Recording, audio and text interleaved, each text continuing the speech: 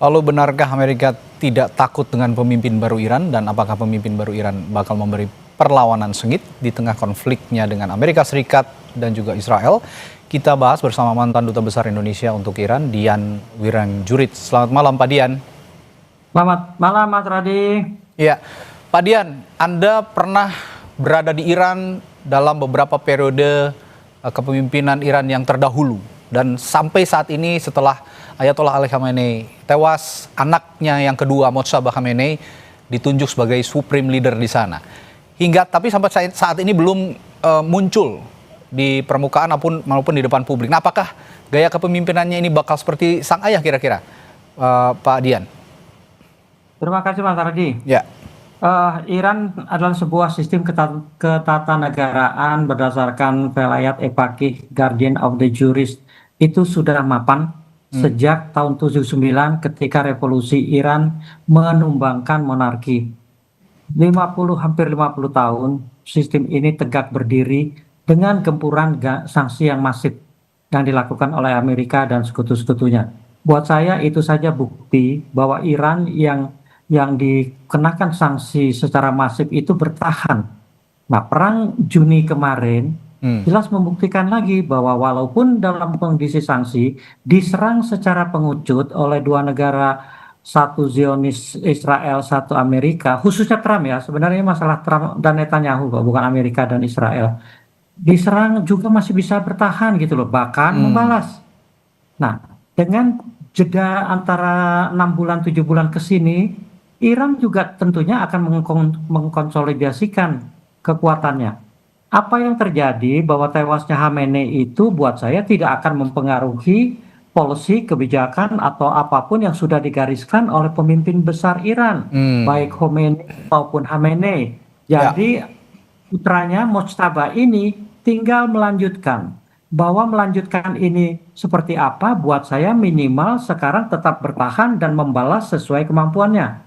Tapi harus diingat bahwa sekarang saja negara-negara Eropa, negara-negara sekutunya Amerika kayak Eropa dan kayak negara-negara teluk antek-anteknya itu sudah mulai berpikir kok kalau diteruskan yang susah mereka, karena mereka yang tidak tahu apa-apa rakyatnya harus terlibat perangnya Trump. Siapa yang mau?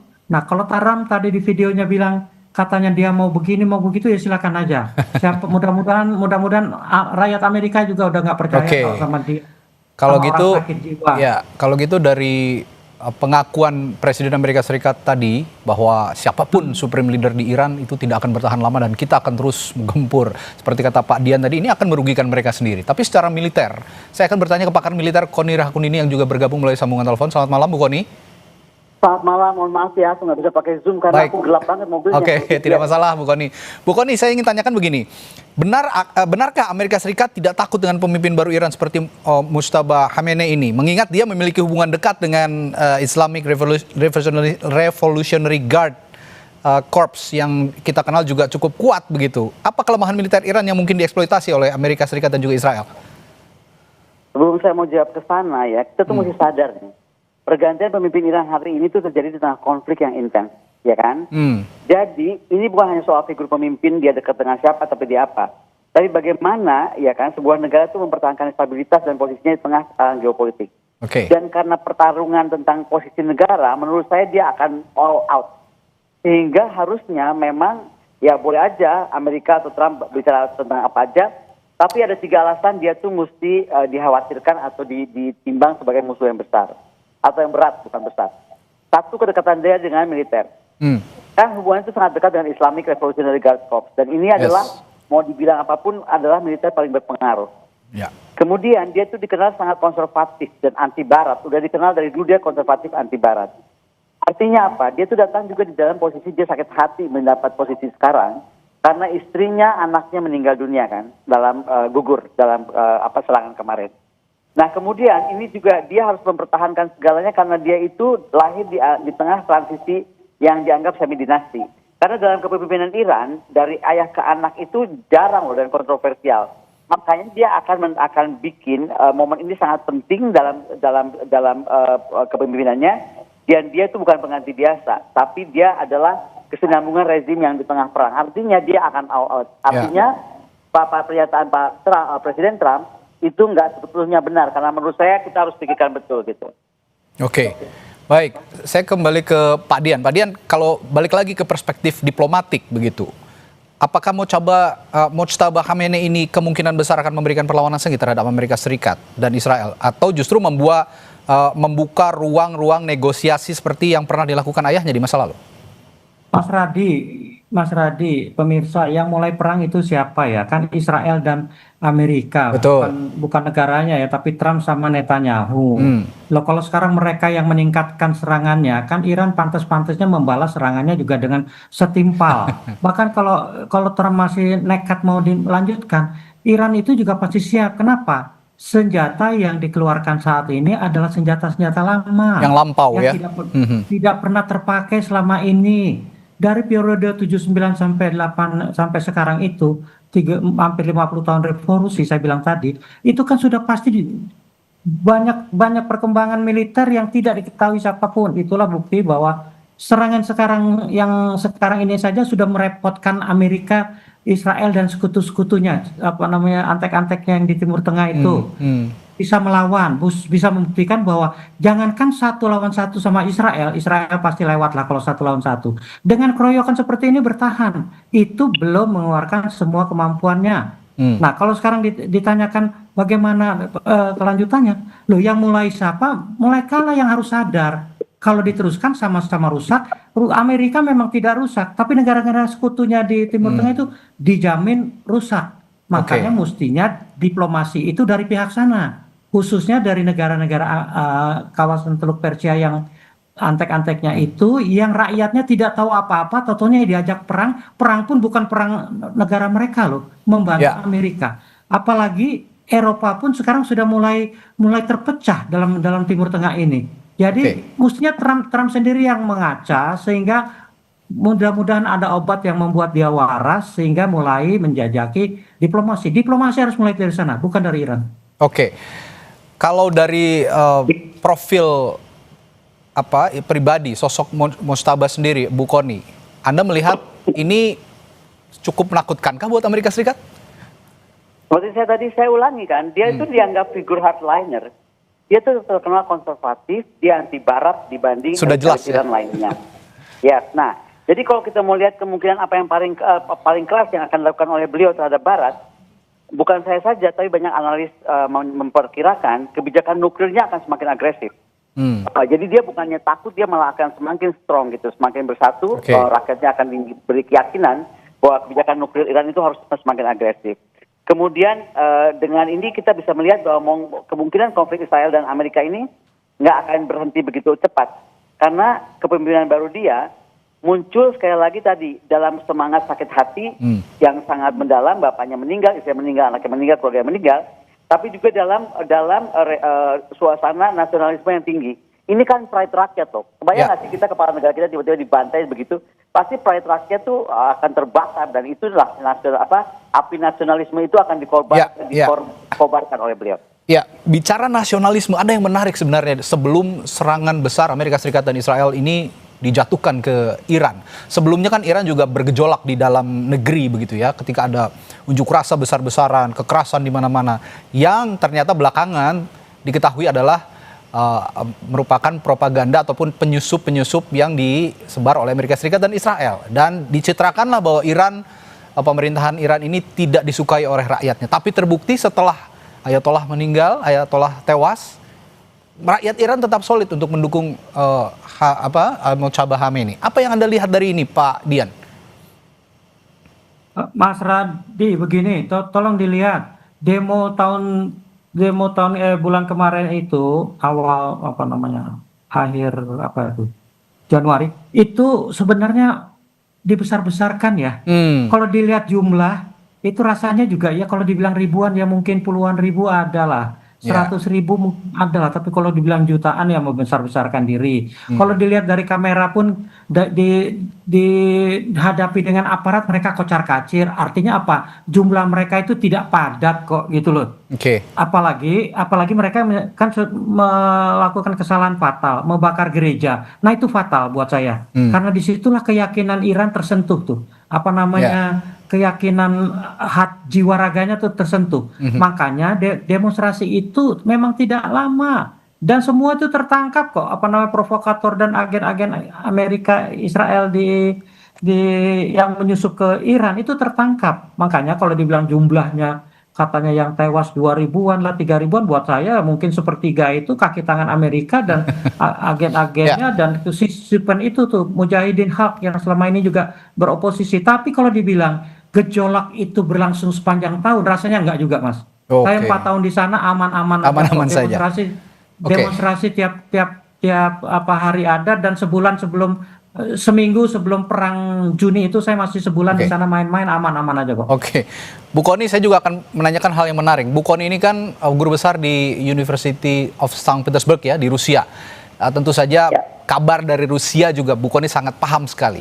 Yang ingin saya tahu kemarin kan bahwa Rusia dan Tiongkok sudah sepertinya kedip-kedipan lah ya, dalam tanda kutip, dengan Iran untuk siap membantu jika memang Iran mulai kewalahan.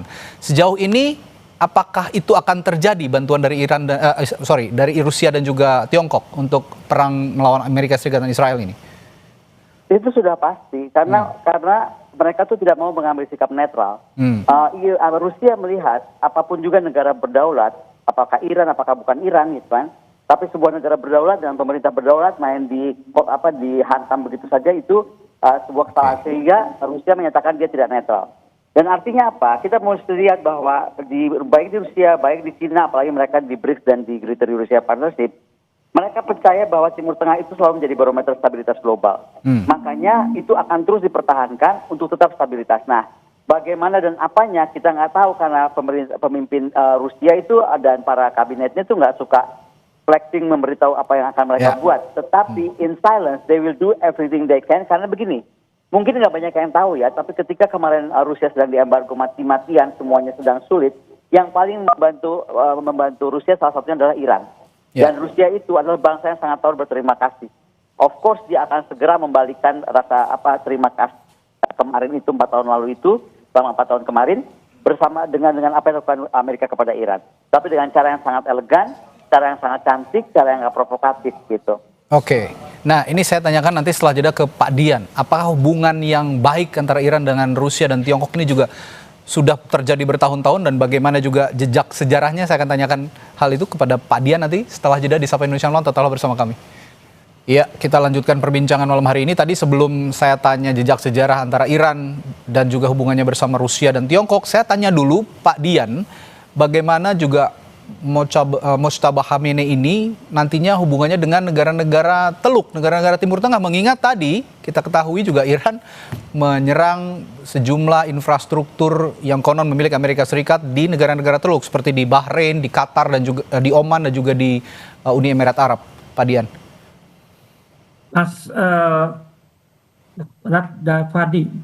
Mas Radi, maaf. Saya kembali mengingatkan ya, yang memulai perang siapa? Kan Israel dan Amerika, Trump dan Netanyahu. Negara Teluk itu ada pangkalan-pangkalan Amerika. Sekarang pangkalannya digunakan untuk menyerang Iran. Iran pada tahap awal hanya fokus menyerang pangkalannya. Tapi kan yang makin brutal itu kan Trump sama Netanyahu.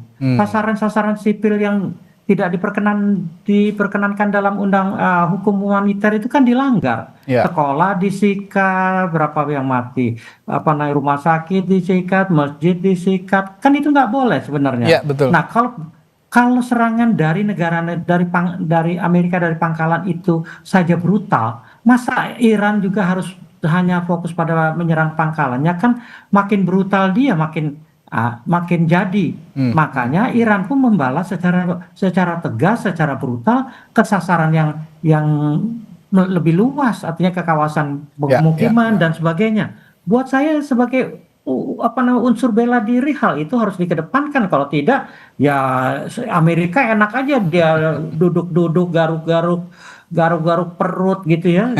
Sementara yang diserang cuma pangkalannya dia. Ya, ini yang mestinya sadar itu justru rakyatnya mestinya, bahwa mereka itu tidak ingin perang. Nah, kalau kembali ke masalah tadi itu yang awal tentang Cina dan Rusia ya, Mas. Buat saya begini, kan tadi saya bilang juga bahwa sekarang ini Iran, kalau soal jumlah ratusan ribuan buat saya itu propaganda lah, silakan perang di media gitu ya. Ya. Tapi yang pasti video membuktikan bahwa Iran itu berhasil juga menjangkau sasaran atau apapun yang dikehendaki untuk disasar gitu ya. Sasaran apapun. Nah, yang saya mau bilang, kalau tadi saya katakan Iran baru mengerahkan senjata-senjata lama, artinya apa sih? Senjata lama saja belum habis. Jadi siap untuk lanjut. Kalau lanjut, Iran sudah siap dengan senjata baru. Kalau masih lanjut, sudah ada cadangan dari Rusia dan Cina. Yang jelas pesawat-pesawat dan penangkal rudal itu sudah berada di Teheran atau Iran saat ini. Artinya apa? Bahkan diberitakan juga mungkin yang akan mengoperasikannya adalah orang-orang Cina dan orang-orang Rusia. Rusia, oke. Jadi, Baik. artinya ya. Ya, baik.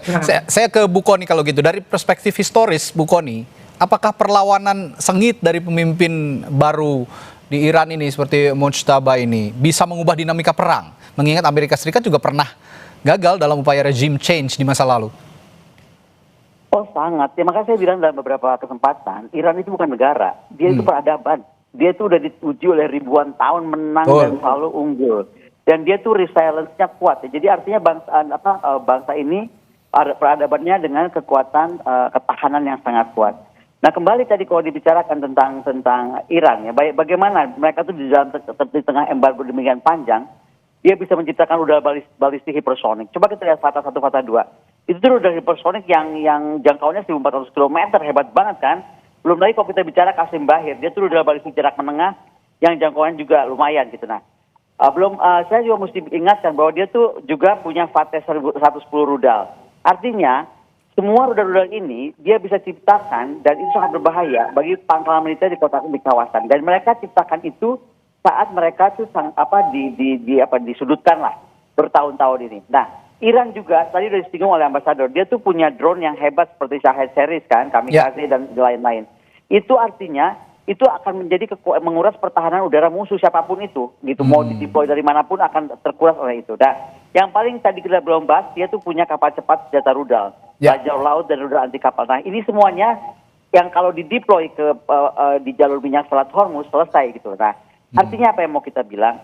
Rusia itu akan membantu, tapi mungkin akan lebih kepada dukungan teknologi dan intelijen. Demikian juga menurut saya Cina. Ya, kenapa? Karena mereka tuh nggak mau terdrag langsung ke dalam ikut perang secara langsung. Tidak mau. Karena mereka merasa bahwa dunia itu harus baik-baik saja. Makanya akan bicara juga di UN, ya kan? Bagaimana mengendalikan UN. Tapi yang pasti misalnya dengan Cina, Iran itu sedang membeli rudal anti kapal supersonik CM302. Dan itu artinya kenapa indikasi pengiriman bahan kimia untuk bahan bakar roket dari Cina juga terdeteksi banyak ke Iran. Artinya Iran itu akan survive panjang. Directly or indirectly dia akan didukung oleh Rusia dan Cina, baik intelijen, baik teknologi. Dan itu artinya mereka akan lebih bertahan. Ini berarti ya akan diladeni oleh Iran ya, apa yang dikatakan oleh Donald Trump, kami akan melancarkan serangan panjang 6 bulan. Ya silahkan saja, kata Iran begitu kira-kira. Karena kami punya kekuatan yang bisa menandingi. Terakhir ke masing-masing narasumber saya, ke Pak Dian dulu. Kira-kira ini dalam konteks kepemimpinan yang baru Mujtaba Khamenei, apa saran Anda untuk pemerintah Indonesia terutama untuk menanggapi situasi ini ketika Iran berperang melawan Amerika Serikat dan Israel di bawah kepemimpinan Mujtaba? Buat saya pemerintah Indonesia dalam kaitan perang Iran-Irak ini tidak bisa Iran-Israel ini tidak bisa berbuat apa-apa. Dan tidak usah memaksakan diri untuk gagah-gagahan mau datang lah, mau mendamaikan segala macam. Kita tidak punya leverage. Buat saya saya berkali-kali menyatakan waktu Arab Saudi sama Iran tidak ada hubungan diplomatik atau bermusuhan pun, yang mendamaikan bukan negara Islam, bukan negara non-blok kok, Cina. Udahlah tenang-tenang aja, benahi dalam negeri, tidak usah ikut-ikutan apapun yang di luar negeri, fokus saja pembangunan dalam negeri. Terima kasih. Banyak masalah, penegakan hukum nomor 1, korupsi nomor 2 dan sebagainya. Baik. Ini pertanyaan yang sama untuk Bu Kony, saran untuk pemerintah tapi dari sisi keamanan regional, mengingat juga ini meskipun belum dikonfirmasi resmi, ada santer kabar yang mengatakan bahwa TNI sudah melakukan kesiapan siaga 1 katanya Bu Kony. Lah yang pasti begini aja lah, yang kita mesti lihat dampak paling langsung bagi Indonesia itu bukan militer tapi ekonomi. Ya kan, konflik Timur Tengah itu mempengaruhi stabilitas energi global. Dan itu kita bicara tentang Hormuz yang terganggu, ya kan. Dan sekarang bagaimana kita prioritasnya menjaga stabilitas energi dan ekonomi domestik. Saya sepakat dengan ambasador bilang. Yang kedua, kita keluar dari board of perang atau board of war. Kenapa? Karena kita tuh sedang harus membereskan urusan kita sendiri. Dan kalau kita membawa TNI ke sana, ini akan menjadi urusan lebih panjang karena strukturnya secara organisasi board of peace ini masih banyak yang harus dipertanyakan oleh DPR. Baik. Jadi betul, saya lebih sepakat kita konsentrasi pada urusan domestik, ya kan? Ya. Kita membantu sebisa kita mampu, tapi jangan ikut campur terlalu jauh. Baik, terima kasih pandangannya Bu Kony Rahakundini, pakar militer dan juga mantan Duta Besar Indonesia untuk Iran, Pak Adian Wirangjuri telah berbagi informasi dan perspektifnya malam hari ini di Sapa Indonesia Malam. Sampai jumpa lagi Bapak dan Ibu. Selamat malam. Selamat malam, terima kasih. Selamat malam.